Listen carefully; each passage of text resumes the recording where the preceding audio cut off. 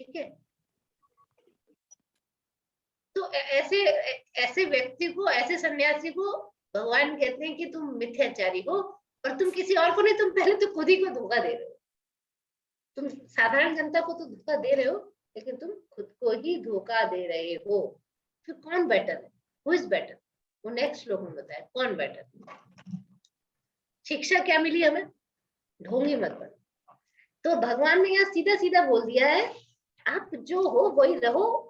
Even भक्तों में, ये भी सन्यासी, हम सोचे किसी और की बात चल रही है, हम अपने लिए हमें अप्लाई करना है कि क्या मेरा नाम ज्यादा हो रहा है क्या, मतलब मैं ढोंगी बन रही हूँ क्या, या बन रहा हूँ क्या, क्या मतलब मैं, मुझे ऐसा लगता है कि मैं बाकी घर वालों से श्रेष्ठ हूँ क्योंकि मैं भगवान का नाम वाम करता हूँ या करती हूँ, या मैं गीता पढ़ रहा हूँ, क्या मैं बेटर हूँ? तो भगवान कह रहे अभी अपने को उस लेवल पे मत समझो, ढोंगी मत बनो। अपनी इंद्रियों को, सास मन पे कैसे कंट्रोल होना है ना। तो ये झूठ मूठ का सन्यास नहीं है। यहाँ पे भगवान ने, जो आजकल की जो सन्यासी है, जो झूठ मूठ का सन्यास लेके और नाम खराब कर रहे हैं हिंदू धर्म का, तो ऐसे लोगों को भगवान ने कहा कि ढोंगी मत बनो। फिर भगवान ने क्या कहा? फिर नियतम कुरु कर्म त्वं कर्म ज्यायो हि अकर्मणा शरीर यात्रा पिचातेना प्रसिद्ध येद कर्मणा। भगवान कह रहे हैं कि जो तुम्हारा नियत कर्म है वो करो। कर्म ना करने की अपेक्षा कर्म करना श्रेष्ठ है, क्योंकि शरीर का निर्वाह भी नहीं कर सकते। सबको सुनाई दे रही ना आवाज? ठीक है। तो कर्म के बिना तो शरीर का निर्वाह भी नहीं हो सकता। इस बात में किसी को डाउट है? कर्म तो करना पड़ेगा। नहीं, अगर आप कुछ ना कुछ कर्म तो आपको करना ही पड़ेगा, नहीं तो शरीर का निर्वाह भी नहीं हो सकता। इसलिए भगवान ने संन्यास से देखा जाए नियत कर्म को करना श्रेष्ठ बताया। संन्यास तब ले सकते हैं जब आपकी इंद्रिय पूर्ण रूप से कंट्रोल में है, तब आप संन्यास ले सकते हैं। अगर इंद्रिय कंट्रोल में नहीं है, मन कंट्रोल में नहीं है, तो बेटर है कि आदमी अपना नियत कर्म करे। नियत कर्म करे, कैसे करे? लेकिन देखो, ये फैमिली है, हस्बैंड वाइफ है, बच्चे, लेकिन कर्म कैसे कर रहे हैं? ये लोग भगवान के लिए कर रहे हैं। नियत कर्म तो कर रहे हैं, लेकिन भगवान के लिए कर रहे हैं। अब आगे पता चलेगा क्या कहते हैं भगवान। कैसा कर्म करें? अभी तक भगवान ने कर्म की बात करी है, ठीक है, कर्म करो, कर्म करो, नियत कर्म करना आवश्यक है, करो, लेकिन कैसा कर्म करें? कर्म कांड वाला करें, जैसे कि सीमा ने बताया, कर्म कांड वाला करें, या कर्मयोग? कर्मयोग, कर्म कांड से कर्मयोग 6 से 16 श्लोक तक, बहुत इंपॉर्टेंट श्लोक है। यज्ञार्था तत्कर्मणोऽन्यत्र लोकोऽयं कर्म बंधना तदर्थं कर्म कौन्तेय मुक्त संग समाचरा। कैसे कर्म कैसे करना चाहिए? यज्ञार्थ, यज्ञ के लिए, यज्ञ के रूप में।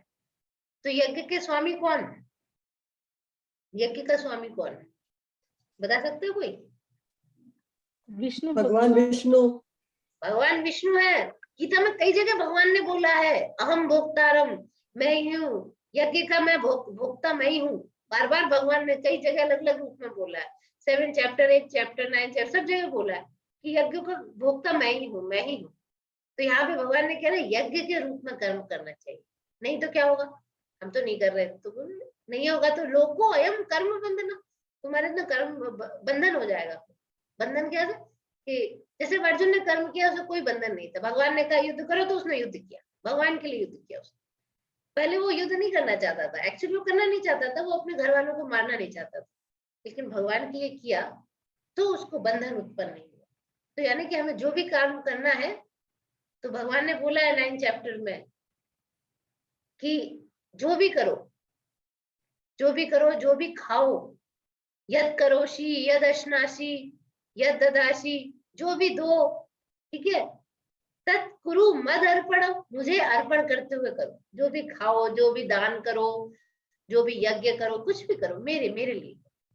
हे कीर्तिपुत्र, तदर्थ कर्म कौन्ते मुक्त संग समाचरा, उनकी प्रसन्नता के लिए नियत कर्म करो, तो बंधन से मुक्त हो जाओगे। तो सीधा सीधा फॉर्मूला दे दिया कि अगर आप मुक्ति चाहते हो तो जरूरी नहीं है आप संन्यास योग लो, हम सब तो गृहस्थ है। तो भगवान कह रहे हैं कि मेरे लिए कर्म करो। तो इसका कोई एग्जाम्पल दे सकता है कैसे करें डेली बेसिस पे? जैसे हम प्रसाद बना रहे हैं, हरे कृष्ण माता जी, जैसे हाँ। प्रसाद भी बन रहा है तो भगवान की प्रसन्नता के लिए भगवान के लिए बना रहे हैं, भगवान को भोग लगाएंगे, फिर हम लोग सब प्रसाद लेंगे। कोई भी Yes. काम कर रहे हैं तो हम भगवान को प्रसन्न करने के हिसाब से वो भगवान के निमित्त ही काम करें। वेरी गुड, बहुत सही है आपका जवाब था। प्रसाद बना रहे हैं, मान लो आपने खीर बनाई और आपके हस्बैंड ने कहा अच्छी नहीं बनी, तो आपको बुरा लगेगा? लगेगा कि नहीं लगेगा? नहीं माता जी, हम कहेंगे भगवान को आज यही पसंद था। यस। तो वो अगर आपको बुरा नहीं लगा, क्वेश्चन ये अभी सबके लिए है, सिर्फ माता जी, अगर हमने कोई चीज बनाई, हम सोच तो रहे हैं हम भगवान के लिए, अगर हमने बनाई और किसी ने उसकी बुराई भी कर दी और फिर भी हमको कोई फर्क नहीं पड़ा, तो उसका मतलब हमने भगवान के लिए बनाई थी। लेकिन अगर हमें फर्क पड़ता है उसकी, हमें कोई हमारी तारीफ कर रहा है, अच्छी बनी भाई अच्छी बनी, तो हम फूल के कुप्पा हो गए। फिर उसने थोड़ी बुराई कर दी किसी ने, बच्चों ने, हस्बैंड ने और किसी ने, अच्छी नहीं थी, तो फिर हमें बुरा लग गया, इतनी मेहनत करके इनके लिए बनाओ, इन्हें तो कुछ अच्छा ही नहीं लगता, अपने बना लिया करो, अपनी मम्मी से बनवा लिया करो। इस तरीके से आदमी फिर बोलने लगता है। ठीक है, तो ये एक एग्जाम्पल हो गया खाना बनाने का।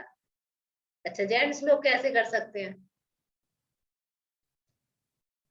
जेंट्स लोग कैसे कर सकते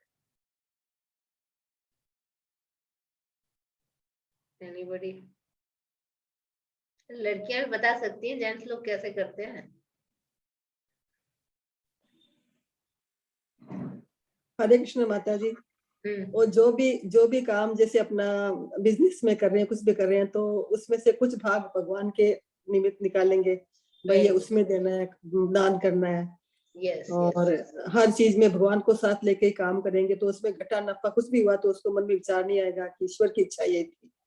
मन में संतोष रहेगा। तो जब हम जो भी जॉब करते हैं, हमारी सैलरी आती है या हम कोई धंधा करते हैं, तो हमारा जो है भगवान के लिए, भगवान के लिए कर रहे हैं। अपने को कैशियर मानना चाहिए बैंक का। बैंक का कैशियर को ये खुशी नहीं होती, ओ मेरे अकाउंट में इतने पैसे आ गए, वाह वाह वाह, अरे अकाउंट से कोई पैसे निकालने, अरे रोने लगा, क्यों निकालने आए हो पैसे? उसको मालूम है कि ये सब मेरा नहीं है, ये जो मैं सिर्फ निकाल के कैश देता हूँ या लेता हूँ, उसको ना खुशी होती है ना दुख होता है, बिल्कुल निष्काम भाव से करता है। डिफिकल्ट है, it is very difficult to attain this stage, but yes, ये हमें करना चाहिए। अनासक्त और कर्तव्यनिष्ठ, यहाँ पे गुरु महाराज दिख रहे हैं प्रसाद देते हुए। तो भगवान विष्णु के लिए कर्म करो और कर्म बंधन से बचो, सीधा फॉर्मूला है। अनासक्त भाव से कर्म करना है हमें, और बहुत अच्छे से करना है, लेकिन भगवान विष्णु के लिए कर्म करो, कर्म बंधन से बचो। बच्चे कैसे कर सकते हैं? एग्जाम दिया, पढ़ाई बहुत अच्छे से की, लेकिन ठीक है, उसके बाद जो रिजल्ट है वो भगवान को ऑफर, दैट्स इट। तो ऐसा बच्चा कभी भी सुसाइड नहीं करेगा, दुखी नहीं होगा, है ना? ठीक है, ओके, अगला।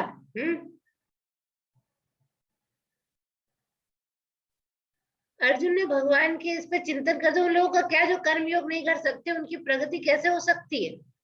अब ऐसे लोगों का क्या होगा कि जो कर्म नहीं करते, कर्म योग नहीं करते, मतलब भगवान के लिए नहीं करते हैं, तो फिर कैसे उनकी प्रगति होगी? और ये भी क्या मेरी सांसारिक इच्छाएं नहीं, तो क्या मुझे जंगल चले जाना चाहिए?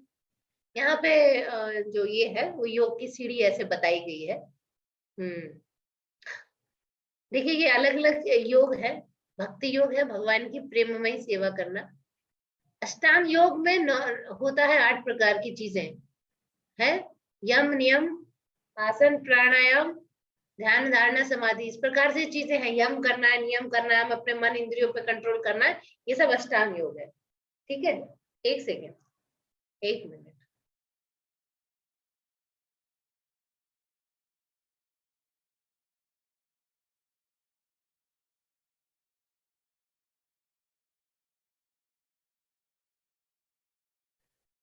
ठीक है, तो अष्टांग योग हो गया, फिर ज्ञान योग हो गया, चिंतन करके भगवान के परम सत्य की खोज करना। निष्काम कर्म योग हो गया कि कर्म के फल से अनासक्त होना, लेकिन कर्म के प्रति आसक्ति। कर्म तो करते हैं हम, है ना? ये अंतर देखो, भक्ति योग में, निष्काम कर्म योग में कर्म के फल से हम अनासक्त होने की कोशिश करते हैं, कर्म के प्रति आसक्ति होती है, हमें ये कर्म करना है। जो भक्ति योग है वो कोई भी कर्म करता है, वो भगवान के लिए करता है, वो कुछ भी करेगा, भगवान ने जो कहा है वो चोरी करने को बोलेंगे तो चोरी भी करेगा, ठीक है। सकाम कर्म योग यानी कर्म में भी आसक्ति और कर्म के फल में भी आसक्ति। निष्काम कर्म यानी कर्म में तो आसक्ति है अभी, लेकिन कर्म फल से हम छोड़ने की कोशिश करते हैं। और कर्म कांड तो वो है कि नियंत्रित रूप से इंद्रिय भोग करना, जो वेदों के अनुसार। और बाकी तो आजकल कोई कर्म कांड भी नहीं कर रहा देखा जाए तो, ठीक है। ये अभी हमें इतना समझने की जरूरत नहीं है। हाँ, अब भगवान ने यज्ञ की प्रणाली बनाई है 3.10। आप देखिए, भगवान ने कहा कि भगवान ने एक्चुअली यज्ञ बनाया और कहा जब हम यज्ञ करते हैं तो देवताओं को उनका भाग जाता है, ठीक है। तो देवता तुम्हें प्रसन्न करेंगे, तुम देवताओं को प्रसन्न करो, ये वाली बात बोली।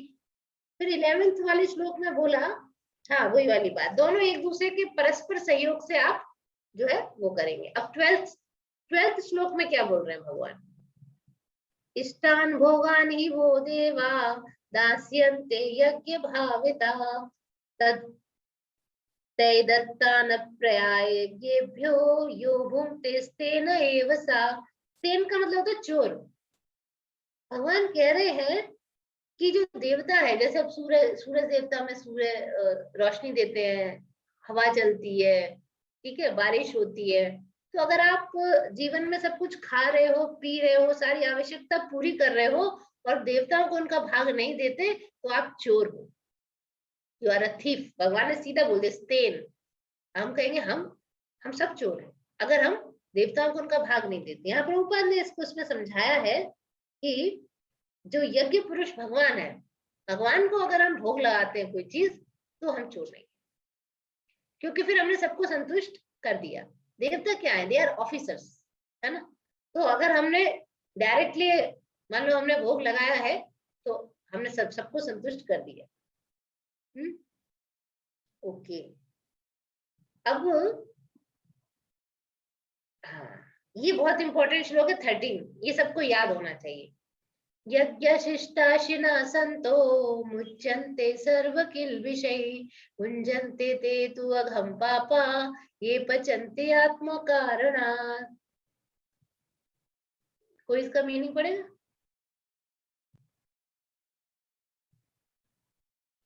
मैं पढ़ूं माता जी? माता जी। अब बहुत लोग, अच्छा सुनीता माता जी आप पढ़िए।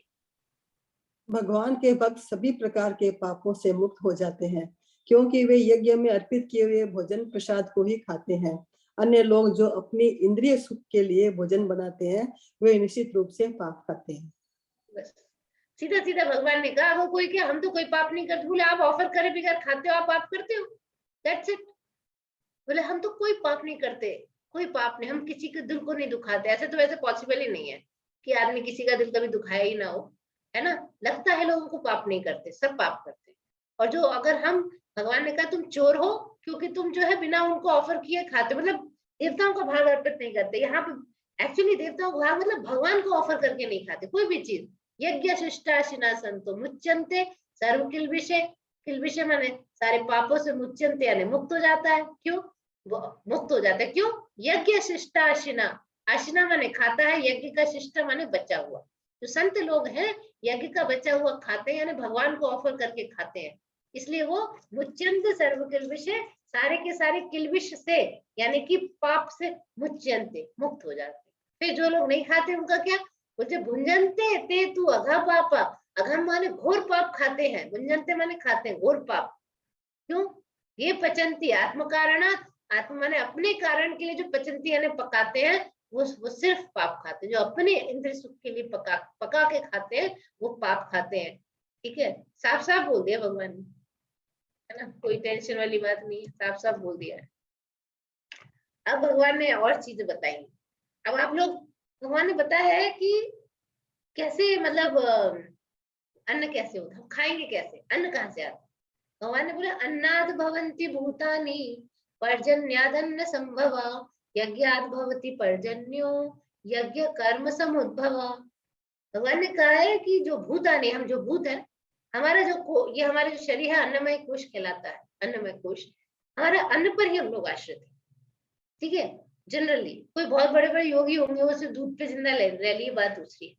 Generally people are dependent on अन्न। ठीक है, अगर आप एक दिन व्रत करते हैं, अन्न नहीं खाते, सिर्फ फूड पे रह लो, तो आपको कमजोरी लगने लगती है। फिर अन्न कहाँ से आएगा? बारिश से आता है। ठीक है, तो बारिश कैसे होती है? यज्ञ से होती है। अच्छा, हमने तो सुना था कि जो समुद्र का पानी जब भाप बन के उड़ता है तब बारिश होती है। हाँ, भगवान तो कह रहे हैं यज्ञ से होती है ना। पेड़ होते हैं, सब लोग कहते हैं जब पेड़ होते हैं वहां ज्यादा बारिश होती है। समुद्र में पेड़ नहीं होते हैं, वहां भी बारिश होती है। समुद्र के ऊपर भी बारिश होती है ना, हर जगह बारिश होती है। भगवान ने तो यहाँ पे बताया है कि यज्ञ संपन्न करने से वर्षा होती है, सीधा सीधा बोल दिया है। और यज्ञ नियत कर्मों से उत्पन्न होता है। तो यज्ञ तो कई हम यज्ञ, जब भी हम यज्ञ बोलते हैं तो हमारे यहाँ की एक धारणा बनी हुई है वो हवन कुंड में ऐसे घी डालना। तो क्वेश्चन है कि यज्ञ, किस यज्ञ, कलयुग में कौन सा यज्ञ करना चाहिए? कौन सा यज्ञ हमें कलयुग में करना चाहिए? भगवान का नाम स्मरण, संकीर्तन यज्ञ। संकीर्तन यज्ञ करना चाहिए जोर जोर से, सब लोगों को मिलके बैठ के कीर्तन करना चाहिए। सब सम्यक कीर्तन, सब मिलकर जब कीर्तन करते हैं संकीर्तन। और प्रभुपाद ने एक बार किया था कलकत्ता में, और बारिश हुई थी, बारिश हुई थी। जब हम संकीर्तन यज्ञ करते हैं तो वर्षा होती है, वर्षा होती है। ठीक है, क्यों संकीर्तन यज्ञ क्यों करें? क्योंकि कलयुग में कीर्तन ही है ना। तो भगवान ने कहा ना कि क्या है वो श्लोक, कृते ध्यायते विष्णु त्रेताया यजतो मखे द्वापरे हरि परिचर्या कलौ तद हरि कीर्तनात्। तो कृत्य युग में यानी सतयुग में विष्णु का ध्यान करने से, है ना, त्रेता युग में यज्ञ करने से, मखई माने ये हवन वाला यज्ञ है ना, बड़े बड़े यज्ञ होते थे। और द्वापर में हरि परिचर्या यानी पूजा करने से, मंदिरों में विग्रह की सेवा। लेकिन वो कलयुग में नहीं रह जाएगी। आप देख रहे हैं ना, लोगों ने अभी बांग्लादेश में मंदिर तोड़ दिया, विग्रह की जला दी प्रभुपाद के। इस प्रकार से आगे जाके कलयुग में आपको विग्रह सेवा करने को नहीं मिलेगी। तो फिर हमारे पास क्या होगा? कलौ तद हरि कीर्तनाद, सिर्फ हरि का कीर्तन ही है, वो कोई छीन नहीं सकता आपसे। अब बैठो हरि कीर्तन करो, कोई प्रॉब्लम नहीं है। अभी क्योंकि कलयुग और द्वापर की संध्या चल रही है, इसलिए अभी भी भगवान के विग्रह की सेवा होती है। तो इसलिए हमें क्या करना चाहिए? संकीर्तन यज्ञ करना चाहिए। अगला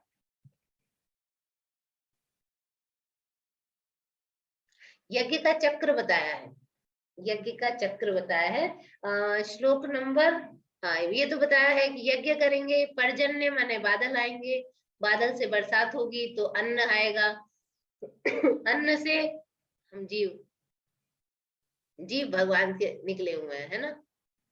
ब्रह्म निहित कर्म, ये आगे का अभी हम पढ़ेंगे। 15 16 यज्ञ का चक्र ये है। आप 15वां श्लोक अगर पढ़ेंगे, ये भी बता देते हैं। वेदों में नियमित कर्मों का विधान है और ये वे साक्षात भगवान से प्रकट हुए हैं। ठीक है, एक्चुअली वेदों में है कर्म, वेद भगवान से, अक्षर परमेश्वर से वेद प्रकट हुए हैं। ठीक है, वेदों में कर्म लिखा हुआ है, आपको क्या कर्म करना चाहिए, उन कर्म के अनुसार आप यज्ञ करते हो।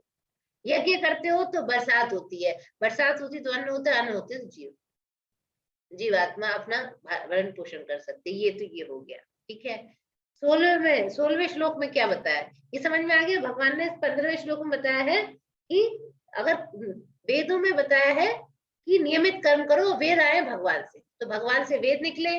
वेदों में कर्म बताया गया है, कर्मों से यज्ञ आया, यज्ञ से बादल, बरसात हुई, बरसात से अन्न आया, अन्न से जीवात्मा। ठीक है, उसके बाद योग सीढ़ी में प्रगति।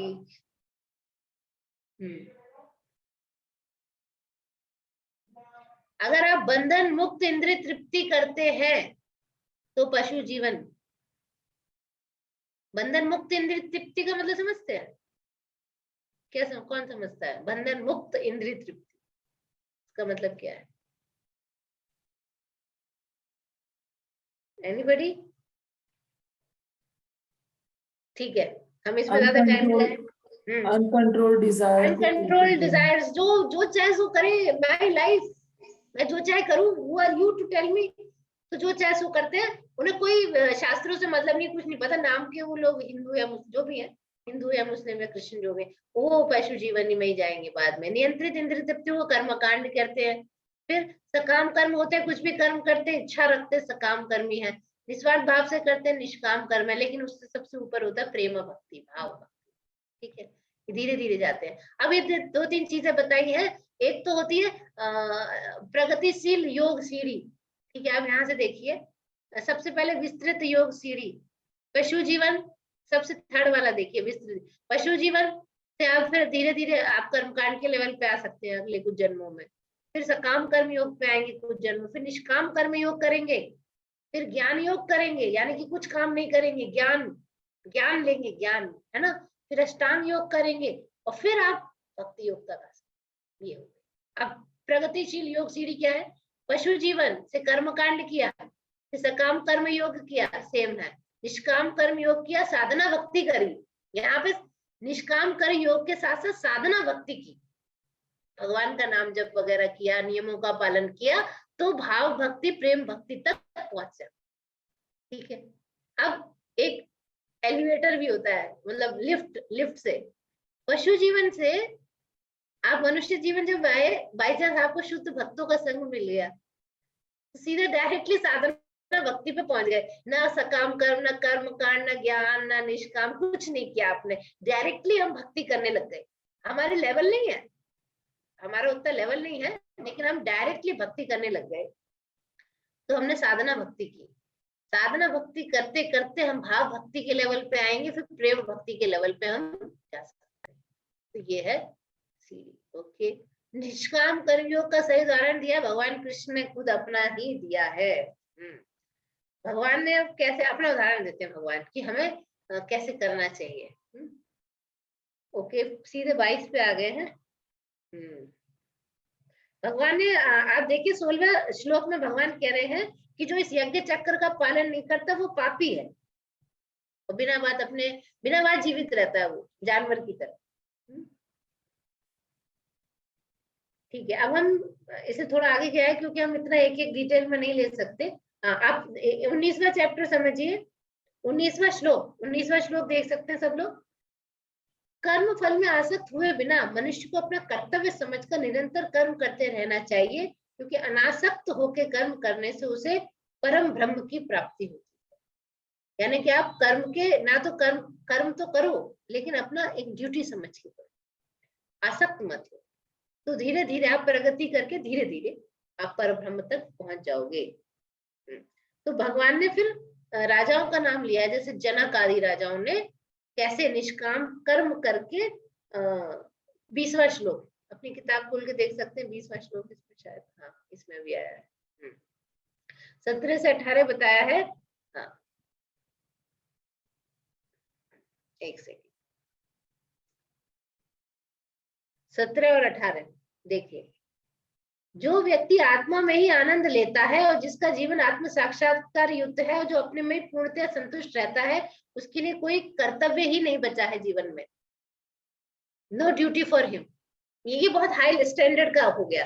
वो अपने में ही आनंद में रहता है। हमारे संग ऐसा नहीं है, हमको आनंद लेने के लिए बहुत सारी चीजें चाहिए। हम चाहते हैं कि हमारे घर में कुछ फंक्शन हो, बोर हो गए यार, कहीं जाना है, कुछ करना है, घूमने चलते हैं। हम अभी अपने में आनंद नहीं लेते। जो लोग आत्माराम होते हैं वो आत्मा में ही आनंद लेते हैं, खुद ही संतुष्ट रहते हैं, हमेशा संतुष्ट रहते हैं, आत्म तृप्त रहते हैं। उन्हें कोई रुचि नहीं होती है किसी काम में। ठीक है, वो किसी पर निर्भर नहीं होते दूसरों को। ठीक है, फिर हाँ, और 18 में बताया है कि स्वरूप सिद्ध व्यक्ति को कोई कर्म करने की आवश्यकता नहीं रहती। पिछले श्लोक से संबंध है कि कर्म फल की इच्छा है तो इच्छाओं के रहते हुए भी धार्मिक पद्धति से कर्म कर सकता है। अब कृष्ण ने यदि इच्छाओं से मुक्त है तब भी, हाँ भगवान ये समझाना चाह रहे हैं, मान लो अभी कोई इच्छा नहीं है कर्म करने की, मतलब आपको कर्म फल से कोई मतलब नहीं है, तो भी भगवान कह रहे हैं कि दूसरों को दिखाने के लिए हमें कर्म करना पड़ता है अच्छे तरीके से। ठीक है, तो उसका एग्जाम्पल 20वें श्लोक में दिया है महाराज जनक। महाराज जनक बहुत हाईएस्ट लेवल के थे। वो मुक्त आत्मा थे, उनको कुछ करने की जरूरत नहीं, उन्हें पूरा राज्य को संभालने की जरूरत नहीं थी, राजा बनने की भी जरूरत नहीं थी। वो चाहते तो समाधि में बैठ के हमेशा ध्यान में भगवान के आनंद में डूबे रहते, लेकिन फिर भी वो राजा का कर्तव्य निभाते रहे अनासक्त भाव से। जस्ट टू टीच पीपल कि आपको एक ऐसा राजा बनना चाहिए, तो लोगों को दिखाने के लिए। हम लोग का भी वो लेवल नहीं है कि हम किसी को दिखाएं, हमें तो इन लोगों को फॉलो करना है, हमें तो अभी इन लोगों को फॉलो करना है। तो एक बहुत इंपॉर्टेंट श्लोक है 21वां, इसमें दिया नहीं है क्या? 21वां श्लोक है, यद्यदाचरति श्रेष्ठ। प्रभुपाद बहुत कोट करते हैं श्लोक को, यद्यदाचरति श्रेष्ठ तत्तत् एतेदितरो जना स यत् प्रमाणं कुरुते लोकस्तत् अनुवर्तते। श्रेष्ठ पुरुष जो जो आचरण करते हैं, सामान्य व्यक्ति उन्हीं के अनुसरण करता है ना। अब हम प्रभुपाद को देख के उनका अनुसरण करते हैं, कभी हरिदास ठाकुर को देखते हैं, हम बड़े बड़े आचार्यों जीव गोस्वामी वगैरह सबको देखते हैं। तो जो भी श्रेष्ठ लोग आदर्श प्रस्तुत करते हैं तो विश्व उसका अनुसरण करता है। इसलिए जो लीडर्स हैं दे शुड बी परफेक्ट। अब कोई किसको श्रेष्ठ मानता है, मान लो कोई शाहरुख खान को श्रेष्ठ मानता है, तो उसको ही अनुसरण करके पता नहीं क्या होगा वो उसका, है ना। तो श्रेष्ठ लोगों को, इसलिए लीडर्स शुड बी परफेक्ट। तो क्योंकि साधारण जनता उनके पीछे पागल होती है ना, बुद्धि खुद में कम होती है, तो वो साधारण जनता लीडर्स को देख के फॉलो करती है। तो प्रॉब्लम ये है कि वो किसको फॉलो कर रही है, हो सकता है वो किसी बेकार आदमी को लीडर समझ रही है ना। तो इसलिए प्रभुपाद कहते थे कि एक जो नेता होता है ना, उसको परफेक्ट होना चाहिए। नेता माने जो प्रधानमंत्री है, अब राजा वाजा तो रहे नहीं, प्रधानमंत्री है, आपका एमपी है, एमएलए, ये इन सबको they should be actually perfect, है ना। ओके, अब भगवान क्या बोलते हैं। भगवान श्लोक नंबर 22 से लेके 25 में बताते हैं कि मुझे कोई कर्म करने, मेरे लिए कोई कर्म नियत नहीं है, ना मुझे किसी वस्तु का अभाव है ना। और मैं हमेशा, फिर भी मैं हमेशा कर्म करता हूँ। अगर आप पढ़ेंगे भागवत तो आप देखेंगे कि भगवान कैसे ध्यान भी लगाते थे, सारे काम करते थे, हस्बैंड की भी रिस्पॉन्सिबिलिटी निभाते थे, और एक पिता की भी निभाते थे, फ्रेंड की भी निभाते थे। तो भगवान ने सिर्फ ये दिखाने के लिए करते थे कि एक गृहस्थ को कैसे अपना जीवन जीना चाहिए, ठीक है। तो भगवान क्या बोलते हैं कि अगर मैं सावधानी से ना करूं तो सारे लोग जो है मेरे ही पथ का अनुगमन करेंगे और वर्ण संकर। अब अर्जुन ने क्या बोला था, अर्जुन ने बोला था कि अगर हम सबको मार देंगे तो वर्ण संकर हो जाएगा। भगवान कह रहे नहीं, फर्स्ट चैप्टर में बोला था उसने, भगवान कह रहे नहीं, अगर हम अपने कर्मों को ढंग से नहीं करेंगे, नियत कर्मों को, तो जनता तब वर्ण संकर उत्पन्न होगा। ये 24वें श्लोक में बोला है भगवान ने। ओके, तो इसलिए यहाँ पे 25 में बता दिया भगवान ने कि जो अज्ञानी जन तो आसक्ति से कर्म करते हैं, लेकिन जो ज्ञानी है, जो लीडर्स है, उनको अनासक्त भाव से लोगों को उचित रास्ते पे ले जाने के लिए कर्म करना चाहिए। ओके, संन्यास पालन करने योग्य नहीं अधिकतर लोग। कैसे? भगवत गीता 26 से लेके 29 तक भगवान क्या बता रहे हैं। भगवान कह रहे हैं कि जो विद्वान है, अगर कोई बहुत आसक्त है, सकाम कर्मों में आसक्त है, तो उसको रोकना नहीं चाहिए। मत करो, ऐसे मत करो, वैसे मत। अगर वो भगवान की पूजा सकाम भाव से कर रहा है तो उसे रोको मत, उसे करने दो। वो उसकी सीढ़ी है भाई, हर आदमी अपने लेवल से धीरे धीरे ऊपर जाएगा, ठीक है। तो अगर तुमने रोका तो क्या हुआ, हो सकता है वो भी करना छोड़ दे। छोड़ो, सब बेकार है। फिर अगर आप कंटिन्यूस इस तरीके से करोगे तो जो आदमी जो भी पूजा पाठ करता है ना, हमें उसको रोकना नहीं चाहिए। अगर वो हमारी सलाह मानता है तो हमें थोड़ा सा डायरेक्शन देना चाहिए, कि थोड़ा अच्छा भगवान को भोग लगा दो, है ना। अगर देवी देवता की पूजा करते हैं कुछ लोग तो कोई बात नहीं, भगवान ने 7वें और 9वें अध्याय में इसकी निंदा की है, देवी देवताओं की पूजा कर, 7वें और 9वें, ठीक है। तो भक्ति भाव से कर्म करते हुए सभी प्रकार के कार्यों में लगाए। कहने का मतलब है धीरे धीरे, प्रभुपाद ने ब्रैकेट में जैसे लिखा है कि धीरे धीरे कृष्ण कॉन्शियसनेस में उसका ग्रेजुअली वो लोग ऊपर बढ़ेंगे। हर आदमी तुरंत नहीं बढ़ता। क्यों नहीं बढ़ते? वो उनके कर्म होते हैं, स्लोली उनकी कॉन्शियसनेस क्लियर होती है, कई टाइम लगता है, बहुत लंबा प्रोसीजर होता है, ठीक है। तो इसलिए भगवान कह रहे हैं कि आप डिस्टर्ब मत करो उसे एकदम से। जो सकाम कर्मी है उसको धीरे धीरे, है ना, वो करता है तो उसे कहेंगे अच्छा ठीक है, भोग भी लगा देना थोड़ा भगवान को, ठाकुर जी को तुलसी डाल के, बस इतना बोल दो। मैंने बहुत एग्जाम्पल देखा है, थोड़ा थोड़ा कराओ। उनसे कहो कि अच्छा आप प्याज लहसुन खाते कोई बात नहीं, एटलीस्ट आप भगवान को 3 बार फ्रूट्स ऑफर कर दीजिए। अरे कम से कम रोटी तो बनाते होंगे बिना प्याज की, अरे रोटी या पराठा भोग लगा दीजिए तुलसी का पत्ता डाल के, तो थोड़ा दिन में उसको लगेगा कि देखो ठाकुर जी, हम तो सब्जी खा रहे हैं, ठाकुर जी बिना खाली रूखी रोटी खा रहे हैं, तो सोचेगा चलो सब्जी थोड़ी बिना प्याज की बना देते हैं। धीरे धीरे तब वो भगवान को जब ऑफर करने लगेंगे, तब उनका क्रमिक विकास होता जाएगा। तो ये चीज हमें बहुत पेशेंटली करनी चाहिए, अपने लिए भी और दूसरों के लिए भी। धीरे धीरे हमें अपना भी विकास करना है और सामने वाले का। हम सामने वाले को तुरंत से सोचेंगे हमारे हिसाब से चलने लगे, वो नहीं होता, बल्कि वो और अपोजिट हो जाता है फिर। ठीक है, उसके बाद उसके बाद जो है भगवान क्या कह रहे हैं, भगवान कह रहे हैं 30 पे आ गए क्या, एक सेकेंड।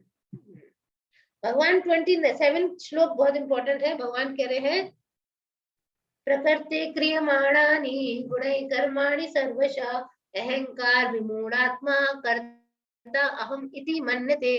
बड़ी अजीब बात है। भगवान क्या कह रहे हैं कि अहंकार के प्रभाव से, अब आप कहोगे अहंकार, हम अहंकारी थोड़ी हैं। अहंकार का मतलब है वो प्राउड नहीं है। अहंकार का मतलब है अपने को शरीर मानना, फॉल्स ईगो इंग्लिश में। अपने को जब शरीर मानते हैं, जीवात्मा शरीर में आई, अपने को शरीर मानती है, तो अपने को सारे कर्मों का कर्ता समझती है। लेकिन वास्तव में ये प्रकृति के 3 गुणों द्वारा किया जा रहा है। बहुत डिफिकल्ट है इसको समझना। ये जो प्रकृति के 3 गुण आदमी पे काम करते हैं ना, ये जो माया देवी, वही आदमी से काम कराती है, वही बुलवाती है, वही करवाती है। मैंने खुद प्रैक्टिकल देखा है। किसी पर अगर राहु की दशा चल रही हो, उसका बोलने का, बात करने का तरीका बिल्कुल अलग होता है। उसकी जो जीवन को, मान लो उसकी दशा उतर रही है, बड़ा नेगेटिव इम्पैक्ट पड़ेगा, वो नेगेटिव सोचे, नेगेटिव बोलेगा। लेकिन उसी पर अगर बृहस्पति की दशा चल रही है, जो गुरु है, बड़ी समझदारी की बात करने लगेगा सेम व्यक्ति। तो मतलब व्यक्ति तो वही है, सडनली क्या चेंज हो गया। तो अब आप कहें ग्रह, हाँ बिल्कुल ग्रहों का असर होता है, 100% होता है। और वो क्यों होता है, लेकिन वो उसके पूर्वजन्म के कर्म के हिसाब से उसकी ग्रह दशा आती रहती है। ठीक है, थोड़ा पूर्वजन्म के कर्म के हिसाब से है, और गुणों के प्रभाव की वजह से, और ग्रहों के प्रभाव की वजह से, गुणों के प्रभाव, ये सब मिक्स कंबाइन मैच होकर एक आदमी पर्टिकुलर तरीके से बिहेव करता है। जीवात्मा कुछ नहीं करती। भगवान ने एक बार एक जगह बोला है, कौन सा 13 चैप्टर में, कि जो ज्ञानी है वो ये जानता है कि सोते उठते खाते पीते मैं कुछ नहीं करता। आत्मा जानती है कि मैं कुछ नहीं कर रहा। ये शरीर सो रहा है, शरीर उठ रहा है, शरीर खा रहा है, शरीर पी रहा है, शरीर सूंघ रहा है, शरीर खुश हो रहा है, शरीर रो रहा है, मैं कुछ नहीं कर रहा, है ना। तो यहाँ पे यही बताया कि 3 गुणों के प्रभाव में ही व्यक्ति काम करता है। 3 गुणों मतलब आत्मा कुछ नहीं करता, लेकिन वो अपने को मानता है मैं करता हूँ। ठीक है, तो भगवान कह रहे हैं कि जो भक्ति भावनाएं कर्म और सकाम कर्म में भेद को अच्छे से जानता है, सकाम कर्म में फंसेगा तो वो अपने को इंद्रियों में, इंद्रिय तृप्ति में नहीं लगाता, फंसता नहीं है इंद्रियों इंद्रिय तृप्ति। प्रकृते गुण सम्मूढ़ा संजन्ते गुण कर्मसु तान कृतस्न विदो मंदान कृतस्न भिन्न विचालयेत्। भगवान कह रहे हैं माया के प्रकृते गुण सम्मूढ़ा, माया के गुणों से मोहित होके, मोहित माने मोह, हम कहते मोह माया में, माया ने डाल, भगवान ने माया, माया का मतलब ये 3 गुण है, माया देवी 3 गुणों से बनी है। तो भौतिक कार्यों में जब लगता है भगवान के, तो उसमें आसक्त हो जाता है। ठीक है, बहुत आसक्त हो जाता है, और ये ज्ञान अभाव के कारण होता है। तो ज्ञानी को चाहिए उन्हें विचलित ना करें ज्यादा, हमें उन्हें धीरे धीरे उपासना लगे, तो धीरे धीरे हमें स्लोली किसी को, और अपने खुद को भी हमें स्लोली किसी को उससे निकालना है। हम भौतिक कार्य में आसक्त हो जाते हैं, हम सब माया के गुणों में है सब। ठीक है, ओके। 3rd श्लोक, मयि सर्वाणि कर्माणि, तो फिर क्या करें, मयि सर्वाणि कर्माणि, सारे कर्मों को मुझे दे दो। मयि सर्वाणि कर्माणि संन्यास अध्यात्म चेतसा निराशी निर्ममो भूत्वा युद्धस्व विगत ज्वरा। विगत ज्वर माने आलस को छोड़ दो, विगत माने छोड़ दो, ज्वर माने आलस, आलस को छोड़ दो। फिर क्या करो, युद्ध करो, यानी हम लोग को जो काम करना है, भगवान कह रहे आलस को छोड़ के युद्ध करो। कैसे करें, बोले निराशी निर्ममो, ना तो कोई आशा रखो, है ना, लाभ की आकांक्षा और स्वामित्व के दावे के बिना आलस्य से रहित होकर युद्ध करो। तो वो कैसे, ज्ञान में रह के कोई काम करो। हम लोग बिना ज्ञान के काम करते हैं, ये हमारा इशू। ठीक है। तो भगवान ने फिर क्या कहा है, भगवान ने उसके बाद वार्निंग दे दी है।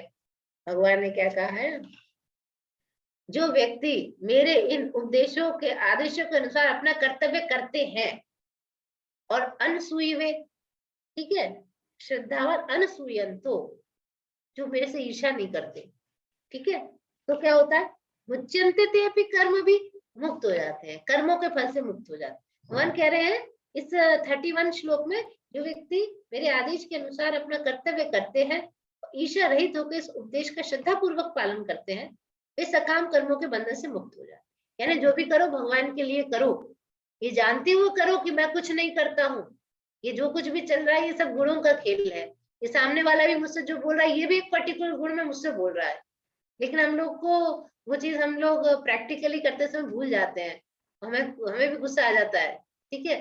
तो भगवान यहाँ कह रहे हैं कि जो बिना ईर्ष्या के मेरे आदेश का पालन करता है वो मुक्त कर्मों के बंधन। फिर भगवान ने कहा है, और जो ईर्ष्यावश इन उपदेशों का पालन नहीं करता, सर्व ज्ञान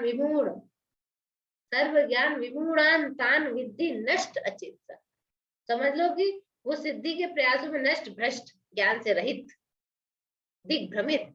भगवान ने सारे जो है इसमें बता दिया है कि जो पालन नहीं करता है दिग्भ्रमित। इसे भगवान ने लास्ट चैप्टर में बोला, अर्जुन तुम इन उपदेशों का पालन नहीं करोगे तुम नष्ट हो जाओगे। नष्ट होने का मतलब तुम कभी मुक्त नहीं हो पाओगे, मतलब पड़े रहो यहीं पे, सड़ते रहो। तो इसलिए उन्होंने बोला है कि आप जो है क्या करो, मेरे उपदेशों का पालन करो। क्वेश्चन ये, ऐसा व्यक्ति जो पाप कर्म के दंड से अवगत है, क्या वह पाप कर्म करने से डरेगा? ऐसा जरूरी नहीं है।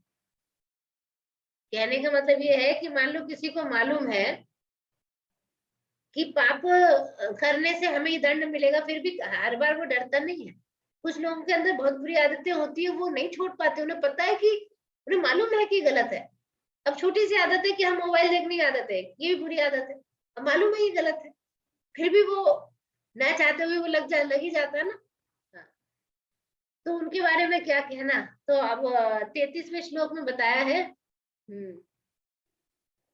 पहले 32 में भगवान ने बोल दिया कि तुम जो है मेरे आदेशों का पालन करो, नहीं तो तुम नष्ट भ्रष्ट सिद्धि के प्रयास में हो जाओगे। फिर भगवान ये भी कहते हैं कि ज्ञानी पुरुष भी अपनी प्रकृति के अनुसार कर्म करता है, और सभी प्राणी तीनों गुणों से प्राप्त अपनी प्रकृति के अनुसरण करते हैं, भला दमन से क्या हो सकता है, तुम झूठ मूठ उठ नहीं सकते। तो यहाँ पे प्रभुपाद ने लिखा नीचे कि जब तक कोई आदमी दिव्य स्तर पे नहीं है, वो प्रकृति के 3 गुणों के अधीन ही रहता है, मुक्त नहीं हो सकता, ठीक है। सिर्फ थ्योरी पढ़ के कि मैं आत्मा हूं, मैं शरीर नहीं हूं, उससे कुछ नहीं होगा। तो बंद का सैद्धांतिक रूप से आप आत्मा को शरीर से नहीं निकाल सकते, ठीक है। इसके लिए क्या करना चाहिए, भगवान की शरण लेनी पड़ती है। भगवान की शरण, दीनहीन, जितनी जितनी दीन भावना अपने अंदर बढ़ती जाए, जब हम भजन करते हैं भगवान का, भगवान ने बोला ना कि ये जो प्रकृति है वो मेरे ही अंडर में है, तो फिर कैसे, तो मेरी शरण में आ जाओ तो तुम छूट जाओ। तो जब आपको लगने लगे कि मैं बड़ा दीनहीन हूँ, जब आपको लगने लगे कि मुझे मतलब मैं भक्ति में बहुत नीचे गिर रहा हूँ, मैं कितना दीन हूँ, मैं कितना बेकार हूँ, इसका मतलब आपकी प्रगति हो रही। जब आपको लगने लगे कि बहुत अच्छा चल रहा है, मैं तो अपने लेवल पे ही, मैं अपने बल पे निकल जाऊंगा, नहीं, जब हमें लगने लगे कि बिना भगवान की कृपा के, बिना भक्तों की कृपा के मैं ऊपर नहीं उठ सकता, ठीक है, तो वो सबसे ऊंची स्टेज है। तो प्रभुपाद, अच्छा, भगवान ने 34 में बताया है, निग्रहम किम करिष्यसि बोल दिया है कि जबरदस्ती दमन से नहीं हो पाएगा, तो क्या करें, जबरदस्ती दमन, इंद्रियों को दमन करने से नहीं होगा, तो फिर क्या करें, तो ये करें, क्रमशः शुद्धिकरण करें, धीरे धीरे शुद्धिकरण होगी। कैसे होगी, 34वें श्लोक में बताया है कि नियम होते हैं हर इंद्रियों के, और उनके राग द्वेष को कंट्रोल करने के नियम होते हैं, और इसलिए ऐसे राग द्वेष से वशीभूत नहीं होना चाहिए जो आत्म साक्षात्कार के मार्ग में अवरोधक हैं।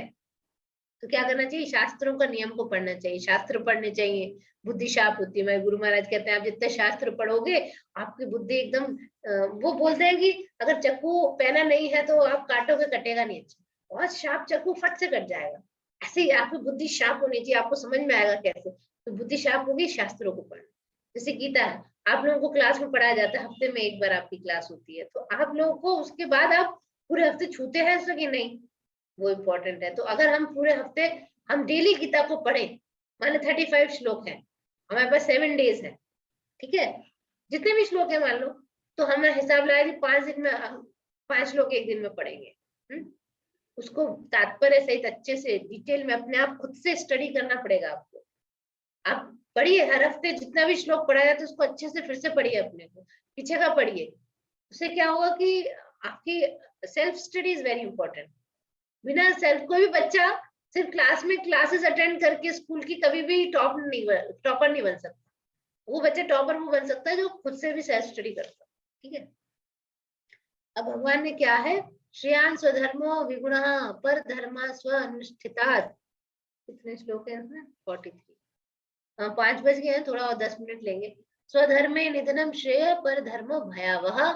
तो जो आपके गुण है नेचुरल, उसके हिसाब से आपका जो नियत कर्म है उसको आपको नेचुरली जो आप कर पाते हैं वो आप करिए। आप दमन करने से कुछ नहीं। अब किसी को प्रीचिंग कर पाता है तो वो प्रीचिंग करेगा, पूजा पाठ कर पाता है अच्छे से नियमों को पालन वो करेगा। किसी को धंधा करना है तो वो धंधा ही कर पाएगा। वो दूसरा वो जाके युद्ध लड़ने नहीं जा सकता ना, उसको नहीं है वैसा nature, he can't do that. यहाँ पे वो नहीं है कि जी आप जी चौहान है तो आपको तो वहीं जाना चाहिए अब आर्मी में। आप जी गुप्ता है ना तो आपको तो सिर्फ धंधा ही करना चाहिए, ठीक है। हमने तो बहुत सारे गुप्ता को देखा है जो टॉपर होते हैं आईएएस वगैरह में, तो पढ़ाई में तेज होते हैं तो वो बन जाते हैं, एडमिनिस्ट्रेटर बन जाते हैं। वो तो क्षत्रियों का काम होता है, लेकिन ठीक है। अभी तो आजकल सब गड़बड़ है, इसलिए हम अपनी कास्ट, जो हम जिस कास्ट में पैदा हुए हैं उस सरनेम के हिसाब से हम डिसाइड नहीं कर सकते। जो नियम, जो हमारे अपने गुण है, ठीक है, उसके हिसाब से हमें काम करना है, ठीक है। स्थिरता, सामाजिक संरचना, ठीक है। फिर भगवान ने कहा है, अर्जुन ने कहा, हे वृष्णिवंशी, अब पूछता है अर्जुन कि कभी कभी आदमी चाहता नहीं पाप करे, तो फिर उसे क्यों बलपूर्वक पापों में लगाया जाता है? हमें नहीं चाहते हम कोई पाप करें, फिर भी हम पाप करते हैं, है ना? तो क्यों करते हैं? बड़ा उसने अच्छे अच्छे क्वेश्चन पूछे हैं अर्जुन ने हमारे जैसों के लिए। तो भगवान ने क्या कहा? भगवान ने बोला है, अच्छा जैसे यहाँ पे दिया है, धूम्रपान करने वाला जानता है कि बहुत उसके ऊपर जो है जी प्रभाव पड़ेगा, फिर भी करता है। शराब पीने वाला जानता है नुकसान करेगी, जब शराब उतर जाती है माफी मांगता फिरता है सबसे, शराब पी के भगवान कहते कामेश क्रोधईश रजो गुण समुद्भव महाशनो महापाप्मा वित्ति एनम मिह वैरिणम। भगवान ने कहा काम एश क्रोध ईश रजो गुण समुद्भवा। रजोगुण से पहले काम पैदा होता है, इच्छाएं, मेनी मेनी डिजायर्स, फिर वही क्रोध का रूप धारण कर लेते हैं। ये दोनों चीजें जो बाद में तमोगुण में जाके वो क्रोध बन जाता है। यही ये दो चीजें, आदमी या तो अपनी इच्छा की वजह से पाप करता है या आदमी क्रोध की वजह से पाप करता है। ये दो चीजें भगवान कह रहे हैं संसार के सर्वभक्षी महाशनो महापापमा, अरे बहुत बड़े पापी शत्रु है ये। इनसे ये सबसे बड़े बैरी, बैरिणम सबसे बड़े शत्रु है ये, ठीक है। तो भगवान ने फिर ये भी बताया है कि किसी जो काम है, इच्छाएं हैं, उसकी 3 कैटेगरी बताई भगवान ने, है ना, कम, फिर ज्यादा, फिर और ज्यादा। तो भगवान ने क्या बताया, 38 श्लोक में बताया है कि जैसे अग्नि धुएं से, अग्नि निकल रही है धुआं भी है, तो वो कम काम की मात्रा है। अग्नि में हमें दिखाई दे रही है और काला काला धुआं भी है, ठीक है, वो फर्स्ट। दर्पण धूल से, और तीसरा भ्रूण गर्भ से, वो सबसे ज्यादा काम की मात्रा, वो बहुत ज्यादा ढका हुआ। तो ये 3 जो है 3 वो बता दिए सीढ़ियां, ये इस प्रकार से काम से ढका हुआ होता है कोई भी जीवात्मा, ठीक है। आप इसके वो पढ़ सकते हैं, जो 38 श्लोक है कि कैसे कैसे। तो भगवान प्रभुपाद इसके उसमें बता रहे हैं कि हरि नाम करने से ये सब साफ हो जाता है। चेतो दर्पण मार्जनम, बताया ना चैतन्य महाप्रभु, चेतो दर्पण मार्जनम भव महादावाग्निर्वापणम। तो चित्त के दर्पण का मार्जन करने के लिए हरि नाम संकीर्तन करना पड़ेगा। फिर और ये भगवान कह रहे हैं, हाँ है ना, ये जो अभी हमने पढ़ा वो श्लोक है उसका। फिर 39 में बोलते हैं कि ज्ञान में जीवात्मा, ज्ञान में हम जीवात्मा ज्ञान में ही है, लेकिन हमारी चेतना ढक चुकी है कामनाओं से, हम लोग कवर्ड है एक्चुअली। और ये जो काम है वो अग्नि की तरह होता है, जिसमें कितना घी डालोगे ना वो जलती रहेगी, तुष्ट नहीं होती, हमारी इच्छाएं तुष्ट नहीं होती है। अगर आप ये सोचो कि मैं ये काम कर लूं अब मुझे सेटिस्फेक्शन मिल जाएगा, तो ऐसे अनंत जन्म हो गए ना हमें तो अपनी कामनाओं को पूरा करते करते, हमारी तो आज तक कामनाएं पूरी नहीं हुई। किसी जन्म में मेरी जो सिस्टर है वो पास्ट लाइफ रिग्रेशन थेरेपिस्ट है, वो लोगों का पास्ट लाइफ करती है, तो बताती है ना, अभी किसी का 2-3 जन्म हुआ तो एक जन्म में वो बेचारी इसलिए परेशान थी कि वो रानी थी और राजा ने दूसरी शादी कर ली, तीसरी कर ली, तो उसको ये रहा कि देखो मुझसे प्रेम, बहुत धन था, सब कुछ था, तो ये सोचते सोचते मरी, नहीं नहीं धन का क्या है, सब बेकार है, प्रेम होना चाहिए। अगले जन्म में जी लड़का मिला, लव मैरिज हुई, लेकिन धन नहीं था तो धन चाहिए फिर। अब यही चक्र चलता रहता है, किसी जन्म में धन के लिए रो, किसी जन्म में प्रेम के लिए रो, किसी में कुछ के लिए रो, किसी में सेटिस्फाइड ही नहीं होता आदमी। जीवात्मा अपना लेसन सीख ही नहीं पाती है कि हमें करना क्या है। अनंत बहुत लंबा प्रोसीजर। शॉर्टकट तो यही है कि शुद्ध भक्त मिलो, उनके चरण पकड़ लो। उनके प्रहलाद महाराज ने कि शुद्ध भक्तों की चरणों की धूल से अपने रज से नहा लो तो ही तुम्हारी शुद्धि हो सकती है, otherwise it is very difficult, है ना। अब गुरु महाराज का लेक्चर है इसी चैप्टर में, बोलते हैं कि अब भगवान ने ये भी बताया कि शत्रु तो पता चल गया है कहाँ, है ना, कहाँ रहता है शत्रु, वो बताएंगे। शत्रु है काम, ठीक है, अब वो रहता क्या है, कहाँ पर है, तभी ना उसमें विजय प्राप्त की जाएगी।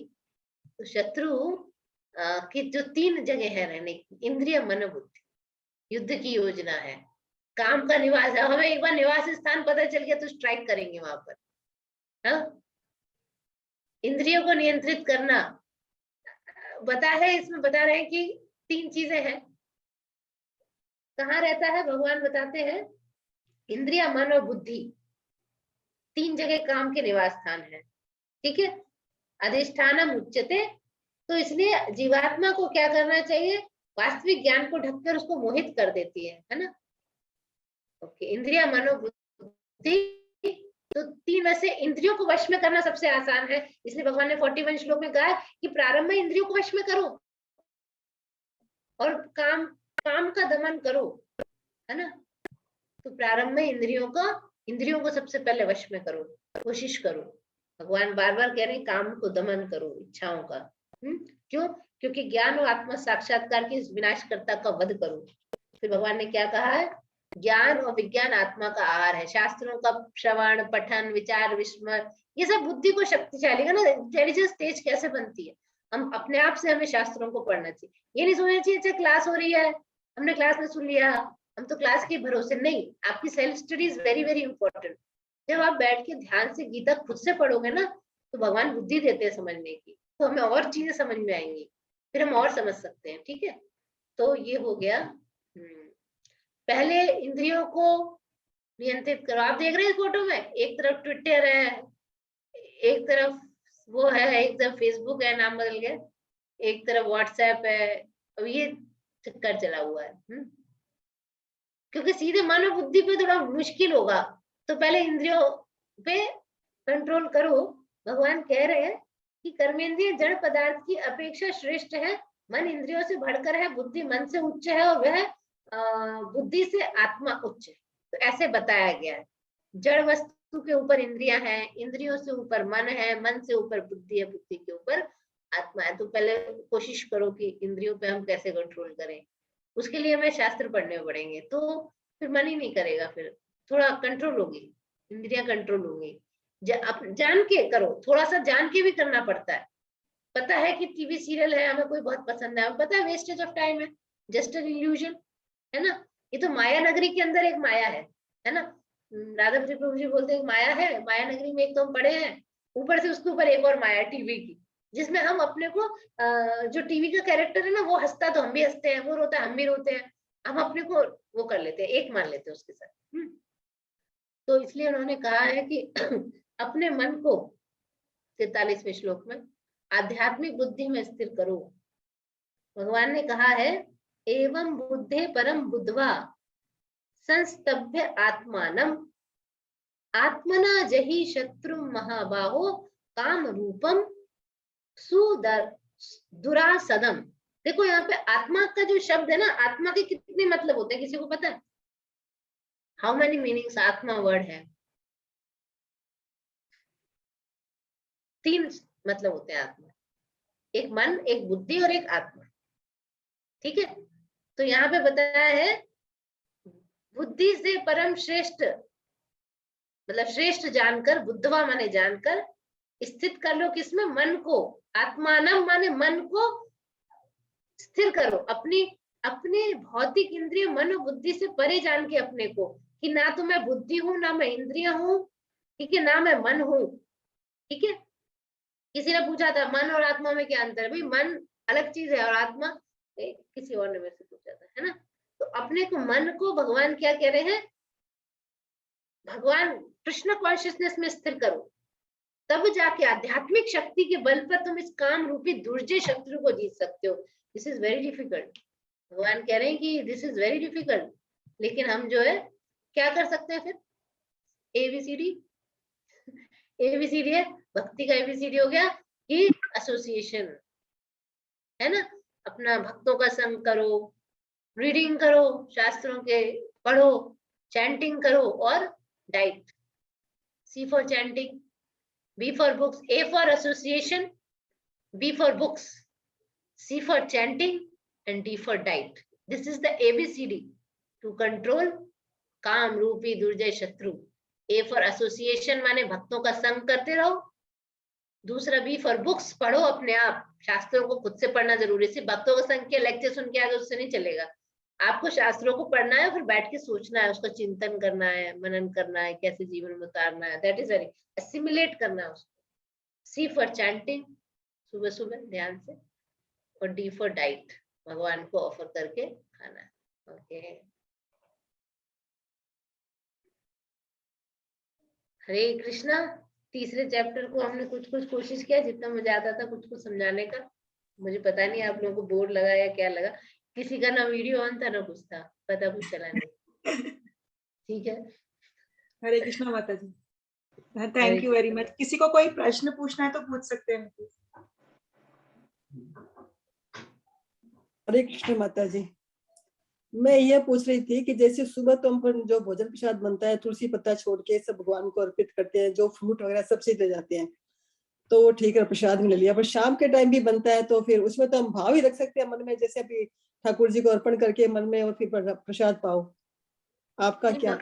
मन में क्यों करना है, डायरेक्ट करो। शाम को भी भगवान के सामने जाके अर्पित करके फिर लो। हाँ, एक भी टाइम आपको, आप जब भी आपके यहाँ फ्रेश बन रहा है, भले आपकी जब भी आप फ्रेश सब्जी बना रहे हो विदाउट ऑनियन गार्लिक, उतनी ही बार एक अलग बर्तन रख रहे हैं भगवान के, और उसमें रख के तुलसी का पत्ता डाल के भगवान के सामने रख के मंत्र बोलना है। मंत्र अगर आपको नहीं आता है तो एटलीस्ट हरे कृष्ण महामंत्र बोल दीजिए। प्रभुपाद का प्रणाम मंत्र आता है तो वो बोल दीजिए। हम प्रभुपाद के थ्रू आप ऑफर करते हैं। हम लोग कभी भी डायरेक्टली अपने को इस लायक नहीं समझते कि हम भगवान को डायरेक्टली ऑफर करेंगे। हम अपनी औकात नहीं मानते उतनी, तो हम क्या करते हैं, गुरु परंपरा है हमारी, गुरु परंपरा के थ्रू ऑफर करना चाहिए। तो हम प्रभुपाद, अभी आप प्रभुपाद को गुरु मान सकते हैं, तो आप प्रभुपाद के थ्रू ऑफर करेंगे, वो अपने गुरु को देंगे, ऐसे करते भगवान पे पहुंच जाएगा प्रसाद। तो आप प्रयास कीजिए कि आप जितनी बार भी फ्रेश खाना बनाए, जितनी बार भी, उतनी बार आपको भगवान को ऑफर करना चाहिए।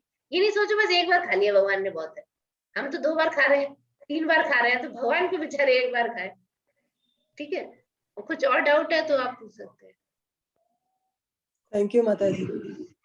हरे कृष्णा माता जी। बताइए मीना माता।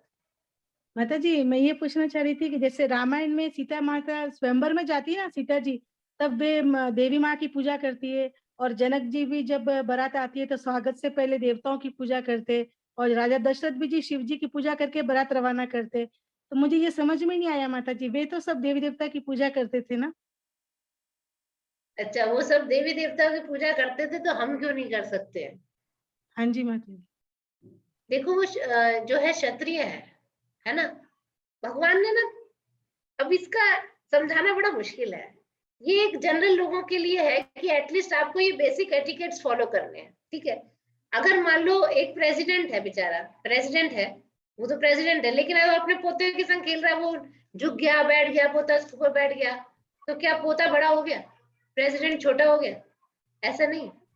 तो अगर हम ये सोचे, भगवान तो आदर देते हैं अपने भक्तों का। भगवान ने खुद बोला था, जब भगवान ने जब वो कन्या को लेके आए गए थे और कन्या को जब कंस ने पटका, तो कन्या वो प्रकट हुई थी देवी के रूप में। और जब भगवान ने आदेश दिया था योग माया को, तुम जाओ इस पृथ्वी पर और तुम ये काम करो, तुम यशोदा की लड़की बन के पैदा हो जाओ, तुम संकर्षण को ट्रांसफर करो, तो उन्होंने कहा था कि तुम्हारी जो है देवी के रूप में पूजा करेंगे लोग। तो जब भगवान ने बोल दिया मेरी शक्ति की लोग पूजा करेंगे, तो इसीलिए भगवान ने उसका प्रचार भी किया। थोड़ा प्रचार इन द सेंस, जो जनरल एटिकेट्स थे वो फॉलो किए, जो जनरल है वो बिहेवियर फॉलो किया। अब क्वेश्चन ये है कि क्या वो उनको सुप्रीम ही मानते थे? आप भी शिवरात्रि का व्रत कर सकते हैं, आप भी देवी देवताओं की पूजा कर सकते हैं, ठीक है। मैं एक बार कुछ रिकॉर्ड कर रही थी, बार बार कुछ गड़बड़ हो रही थी, मैंने गणेश जी का ध्यान किया, मैं गणेश जी ये इस बार मेरी गड़बड़ नहीं होनी चाहिए, और ये मैं भगवान का काम कर रही हूँ, तो गणेश जी की ऐसी कृपा हुई, हो गया आराम से। लेकिन हमने क्यों ध्यान किया, वो डिपेंड करता है कि क्या सोच के किया, है ना। तो हमारी कॉन्शियसनेस, उनकी क्या कॉन्शियसनेस थी, वो तो जैसे आपने कहा ना कि उसमें लिखा है गीता में कि लोगों को दिखाने के लिए भगवान ने, एक तो वो भगवान के भक्त हैं जो देवी है और शिव जी की पूजा की, वो तो शिव जी तो खुद ही भगवान के भक्त हैं, बहुत बड़े वैष्णव नाम यथा शंभु। तो क्वेश्चन ये है कि क्या हम कर सकते हैं? भाई लोगों ने भी तो किया है ना। क्या हमारी कॉन्शियसनेस उतनी ही है, वैसी ही है? क्या हम उनको सच में, ऐसा तो नहीं होगा कि हम उनसे ज्यादा अटैच हो जाएंगे और भगवान को भूल जाएंगे? इसलिए प्रभुपाद डर के मारे, ठीक है, कि कहीं ये लोग अपने रास्ते से भटक ना जाए। अगर आपने भगवान कृष्ण की पूजा की, ठीक है, शिव जी की सेपरेटली नहीं की, शिव जी कभी गुस्सा नहीं होने वाले, ये बात तो पक्की और श्योर है, ठीक है। यानी कि ऐसा हमने कई एग्जांपल देखे हैं। जब सनातन गोस्वामी, एक शिव जी के मंदिर था इसके पास गोवर्धन में, राधा कुंड या श्याम कुंड के पास, तो वो वहां पे हरिनाम जप करते थे, और वहां चक्लेश्वर मंदिर। उन्हें मच्छर काटते थे। तो वो सोचे अगले दिन कि अब मैं चला जाऊंगा, या मच्छर काटते दूसरी जगह बदलूंगा। तो हुआ ये कि शिव जी ने सपने में आके कहा, नहीं नहीं, मुझे तुम जब हरि नाम जप करते हो बहुत आनंद आता है, तुम यही रहो, तुम यहाँ मच्छर कभी नहीं काटेंगे। तो वहां फिर ऐसा कर दिया, शिव जी का प्रभाव थे कि उन्हें कभी मच्छर नहीं काटे। तो इससे ये पता चलता है कि शिव जी तो खुद ही आनंद लेते हैं हरि नाम जप का। तो जब हम वो कर सकते हैं तो ठीक है। अब लेकिन हमें हमें हमें डर लगता नहीं, हम हमें ये करना चाहिए, हमें देवी देवताओं करना चाहिए, उन्होंने भी किया था, उन्होंने भी किया था, ये हमारी परंपरा है। तो अगर हमारा कॉन्शियसनेस बहुत ही क्लियर है, कट है, ठीक है। अगर आप जो है मतलब भगवान ना वो नहीं कर सकते, आपको ना अनन्य भक्ति भगवान की करनी पड़ेगी। तो अगर आपका लक्ष्य सिर्फ यहाँ पर ही रहना है और सोशल नॉर्म्स फॉलो करने हैं और यहाँ पे आनंद से जीवन बिताना है, तो आप ये सब फॉलो कर सकते हैं। लेकिन अगर आपका लक्ष्य भगवान कृष्ण के धाम जाना है ना, तो आपको फिर एक ही दिशा से चलना पड़ेगा। फिर आप फिर इधर उधर अपना दिमाग डाइवर्ट नहीं कर सकते। आप ये, मैं तो आपको बताऊं, मैं अगर भगवान का मैंने गजेंद्र मोक्ष गाया, तो जब मैं जगन्नाथ अष्टम गाती तो उसमें ही मुझे डिफरेंस आ जाता है, क्योंकि वो दोनों ही कृष्ण है। भगवान विष्णु के लिए भी गाओ जगन्नाथ अष्टकम गाओ, है ना, उसमें डिफरेंस आ गया। क्यों? आप ये छोड़ो, अगर आप वृंदावन जाते हो, अगर आपको राधा रमन से प्रेम है, तो आपको राधा वल्लभ से नहीं होगा उतना प्रेम। अरे क्या डिफरेंस है राधा रमन और राधा वल्लभ में? लोगों को इसमें ही डिफरेंस आ गया। सोचो, यहाँ तो इसमें ही डिफरेंस आ गया। तो कैसे आप देवी देवताओं की पूजा करके भगवान के स्वरूप में अपने को स्थिर कर पाओगे, ये मुझे डाउट है। मैं भागवत पढ़ रही थी तो उसमें लिखा था कि शंकर जी परम वैष्णव है ना। तो उसमें लिखा था कि यज्ञ में शंकर जी का भी एक भाग निकालते हैं, है ना। तो जो भगवान तब तक एक्सेप्ट नहीं करते जब तक उनके परम भक्त का मतलब हिस्सा नहीं दिया जाए, तब तक भगवान एक्सेप्ट नहीं करते, उसमें ऐसा लिखा था। तो ये तो वैसा वाला यज्ञ होता है ना, जब हम भगवान ठाकुर जी के यहाँ भोग लगा रहे हैं तुलसी हाँ। पत्ता डाल के, तो वो ये तो वही वाली बात है ना कि जब जड़ में पानी डाल दिया तो सब जगह पानी पहुंच गया। अब आपको शिव जी को अलग से भोग लगाने की जरूरत नहीं है। अब आप ये मत सोचो मैं एक थाली में यहाँ ठाकुर जी लगाऊंगी, एक थाली में शिव जी लगाऊंगी, तो ये शिव जी जब तक शिव जी खाएंगे तभी भगवान खाएंगे। ये तो अब हमें क्या करना है, क्वेश्चन ये है कि कई चीजें लिखी हुई है किताबों में, अब हम पढ़ने बैठ जाते हैं भागवत, खुद से हमने पढ़ी, अब हम कंफ्यूज हो जाएंगे। तो हमें क्या करना चाहिए, ऐसी इसलिए हमें गुरु की आवश्यकता पड़ती है। तब हमें जो आचार्य है उनसे, अपने गुरु से जाके पूछना चाहिए कि हमें क्या करें। तो उन्होंने, जैसे प्रभुपाद है, उन्होंने हमें जो रास्ता बताया है, हमें इतना 100% श्योर होना चाहिए कि अगर हमने उसको सिंसियरली फॉलो किया तो फिर हमारा जो सक्सेस है वो पक्का है। इफ वी आर, क्यों? क्योंकि हम अपने बल पे नहीं कर रहे, हमें मालूम है मृत्यु के समय प्रभुपाद आएंगे हमें बचाने, लेकिन अगर हम अपनी इंटरप्रिटेशन करेंगे, थोड़ा सा उनकी मान लेंगे, थोड़ी अपनी इंटरप्रिटेशन करेंगे, तो उससे क्या होगा, प्रभुपाद ये मैं क्यों आऊं भाई, तुमने तो अपनी मर्जी से आधे काम करे, है ना। तो वही वाली बात है, तो इसमें क्या डाउट है।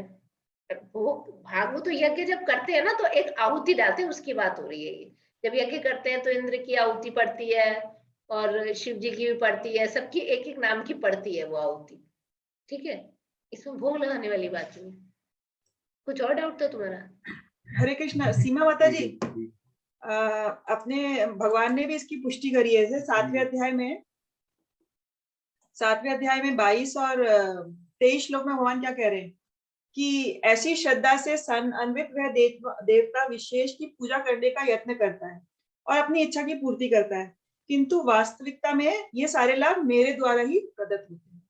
और फिर वह कहते हैं कि अल्प बुद्धि वाले व्यक्ति, जिनकी बुद्धि अल्प है, वह देवताओं की पूजा करते हैं और उन्हें प्राप्त होने वाले फल सीमित होते हैं और क्षणिक होते हैं, लिमिटेड और टेम्पररी होते हैं। देवताओं की पूजा करने वाले देवलोक को जाते हैं, किंतु मेरे भक्त अंततः मेरे परम धाम को प्राप्त होते हैं।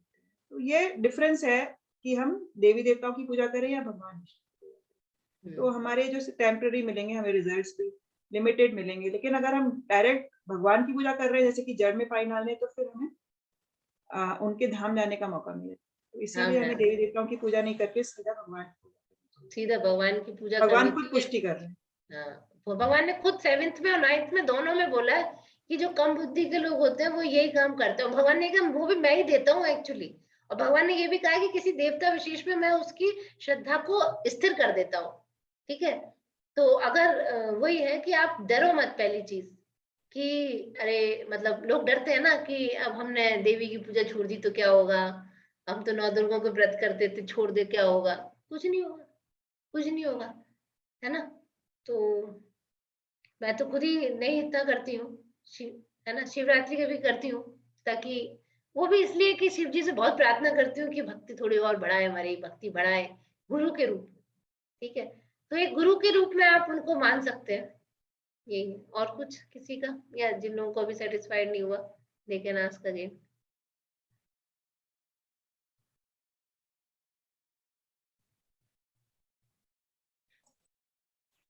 ठीक है, किसी और का कोई प्रश्न है?